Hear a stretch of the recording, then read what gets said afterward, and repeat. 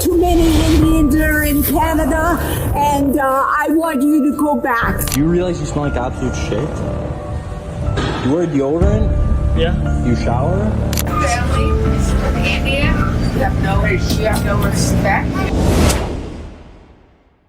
पूरी दुनिया अब इंडियन से नफरत करता है। अमेरिका से लेकर कनाडा तक, ऑस्ट्रेलिया से लेकर पोलैंड, हर जगह इंडियंस को रेसिज्म फेस करना पड़ता है। हाल ही में एक इंडियन ओरिजिन आइलैंड गर्ल जो कि सिर्फ 6 साल की थी, उसे कुछ टीनेज बॉयज फिजिकली असॉल्ट कर रहे थे और भी उसे कह रहे थे कि go back to India, dirty Indian. Racial slurs including go back to India and calling her dirty. USA में एक व्हाइट वुमन कुछ इंडियन ओरिजिन वुमन को गालियां दे रहा था और तो और उन्हें मार भी रहा था। Go back to India. We don't want you here. Don't listen. Guys, record. She's hitting me. Australia में एक इंडियन स्टूडेंट को ब्रूटली अटैक किया गया।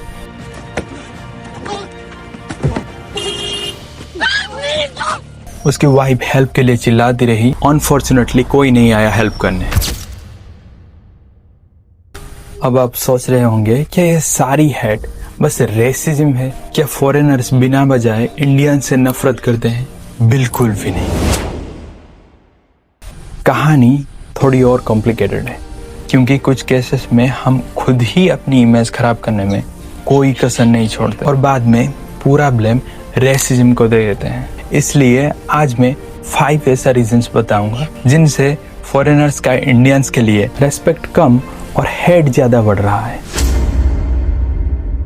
और सबसे पहला रीजन है मिसोजिनी, मतलब डिसरेस्पेक्ट टुवर्ड्स वुमेन। जैसे कि एक इंडियन ब्लॉगर मलिक एचडी का, ये तुर्की जाके एज ए टूरिस्ट तुर्की के लड़कियों को हिंदी में ऑब्जेक्टिफाई कर रहा था। कमाल का माल है, देख रहे हो ना यार, आप कमाल की माल हो। कैसे सबर कर रहा हूँ मैं बता नहीं सकता। इसे लगा कि मैं हिंदी में बोल देता हूँ, इन्हें कुछ समझ नहीं आएगा, बट ये उसकी सबसे बड़ी गलती थी। लेटर जब उन्होंने ट्रांसलेट किया उनको सारा सच पता चला। देन तुर्की पुलिस ने इसे अरेस्ट कर लिया। ये सिर्फ एक इंसिडेंट ऐसा नहीं, राजा गुज्जर नाम का एक इंडियन यूट्यूबर लंदन में एक टूरिस्ट लड़की को कुछ भी बोले जा रहा है। कहीं पर कपल्स के पर्सनल स्पेस को इन्वेड कर रहा है, तो कहीं लड़कियों के कंसेंट के बिना उनका फोटो खींच रहा है, उसके लिए जैसे सब कुछ नॉर्मल है। हाल ही में कनाडा के मॉन्ट्रियल पब्लिक पूल के साइड कुछ इंडियंस कैंप करके टीनेज लड़कियों को घूर रहे थे, उनके ऊपर चिल्ला रहे थे, जोक्स मार रहे थे। You're almost naked at the pool, everybody is. So the first time that I feel uncomfortable. और आयरनी की बात यह है कि कुछ लोगों के मना करने के बाद भी वो वहाँ से हट नहीं रहे थे, इसलिए उनको मजबूर होकर पुलिस बुलाना पड़ा। और एक इंडियन इमिग्रेंट एक इरिश कनाडियन ऑफिसर को ओनली फैन मॉडल का टैग दे दिया। Look at this. I'm just falling in love. एक लड़की को ओनली फैन मॉडल के साथ कंपेयर करना मतलब इनडायरेक्टली उसे एक होर के साथ कंपेयर करने का बराबर है। इन हरकतों की वजह से बहुत सारे इनोसेंट स्टूडेंट को वीजा नहीं मिलता। इनके वजह से फॉरेनर्स हर इंडियन को क्रीपी समझते हैं। और कुछ इंडियंस ऐसे हैं जो इंडिया तो छोड़ चुके हैं, लेकिन उनका एटीट्यूड वैसे का वैसे रहा है। ये तस्वीर आप देख रहे हो, शायद आप सोच रहे होंगे ये इंडिया में कहीं होगा, but let me tell you, ये है लंदन की सड़कों का नजारा। कुछ इंडियंस को तो इंडिया भी कम पड़ गया, इसलिए वो लंदन पहुंच के ये सब करने लगे। थाईलैंड के बीच में यूरिनेट करना कुछ लोगों के लिए नॉर्मल हो चुका है। ये आदमी तो कनाडा के बॉस शेल्टर में ही टॉयलेट करने लगा। ये लोग लाखों खर्चा करके फॉरेन ट्रिप करते हैं, क्या 10-20 रुपए दे के टॉयलेट नहीं जा सकते? आप में से कुछ कहेंगे शायद टॉयलेट बहुत दूर होंगे, इसलिए वो यूज नहीं करते। तो फिर ये क्या? एक पिज़्ज़ा फेंकने का ठाव है। उधर देखिए, उधर ये पेट्रोल पंप है ना, इसमें फ्री में आपको पिज़्ज़ा फेंकने मिलेगा। कुछ इंडियंस नेपाल में 5 टॉयलेट होने के बावजूद भी वो यूज नहीं कर रहे हैं। और ये क्लिप में कुछ इंडियंस कनाडा के रोड साइड में कचरा फेंक रहे हैं। आंटी जी ने शायद कनाडा को इंडिया समझ लिया। कहीं इंडियंस न्यूजीलैंड के पब्लिक पूल में बेशर्मों की तरह नहा रहे हैं, तो कहीं कनाडा के लेक, और तो और कहीं इंडियंस कनाडा के नदियों में और समुद्र में गणेश मूर्ति डंप कर रहे हैं। आप में से कुछ कहेंगे ये तो गणेश जी की मूर्ति है, तो इसमें गलत क्या है? गलत है क्योंकि लार्ज स्केल में मूर्ति डंप करने से एक्वाटिक लाइफ को हार्मफुल इफेक्ट पहुंचता है। ये इंडिया जैसी कंट्री में आम बात है, बट कनाडा जैसी कंट्री में बिल्कुल भी नहीं। ऐसा नहीं है कि मैं इन सब फेस्टिवल के खिलाफ हूँ, बट अगर आप किसी दूसरे कंट्री में रहना चाहते हो तो आपको उनके कल्चर के अकॉर्डिंग एसिमुलेट करना पड़ेगा। अगर आप उनके अकॉर्डिंग एसिमुलेट कर नहीं पा रहे हैं, इंडिया में ही रहना बेहतर। और कुछ ऐसे हैं जिनको पब्लिक प्लेस में कैसे बिहेव करना है उन्हें मालूम नहीं है। जैसे कि ये एक लार्ज इंडियन कम्युनिटी बुर्ज खलीफा के टॉप में गरबा कर रहे हैं। वहां और भी टूरिस्ट हैं, उनको थोड़ी ना गरबा देखनी है।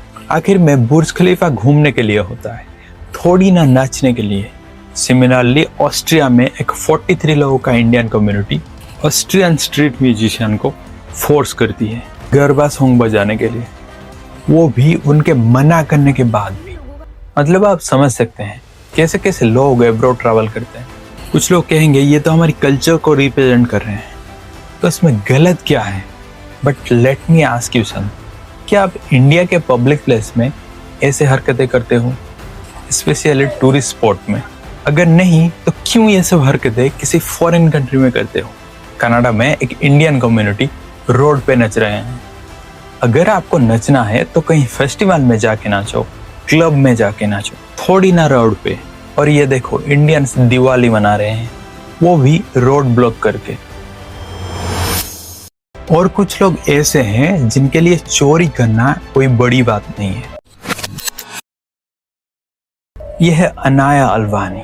I'm really sorry. I understand that you're. Are you allowed to steal things in India? ये लेडी यूएस के एक टारगेट शॉप में करीब 7 घंटे तक शॉपिंग करती रही, लेकिन जब पेमेंट का टाइम आता है वो बिना पेमेंट के भाग रही थी। पुलिस ने जैसे ही पकड़ लिया, इसने बोला मैं पे करने के लिए रेडी हूँ। But I don't mind paying you. अब सवाल ये है, अगर उसके पास पैसा था तो पहले पेमेंट क्यों नहीं किया? ये सिर्फ एक केस ऐसा नहीं, अमेरिका में 2 इंडियन लड़की शॉप लिफ्टिंग करते हुए पकड़ी गई। You only paid for some things in your cart and some things were unpaid. Yeah. Okay, and then you walked out. और वो भी बोल रहे थे हम पेमेंट के लिए रेडी हैं। सिमिलरली बाली में एक पूरी इंडियन फैमिली बाली के रेस्टोरेंट में चोरी करते हुए पकड़े गए, और तब भी जवाब था हम पे करने के लिए रेडी हैं। I will pay. Sorry, I will pay. इन लोगों के पास पैसा होने के बावजूद भी लोग ऐसे बिहेव करते हैं जैसे चोरी करना कोई बड़ी बात नहीं। सच ये है कि इन लोगों के नाम कोई याद नहीं रखेगा, पर दुनिया हमेशा याद रखेगी कि ये इंडियंस थे।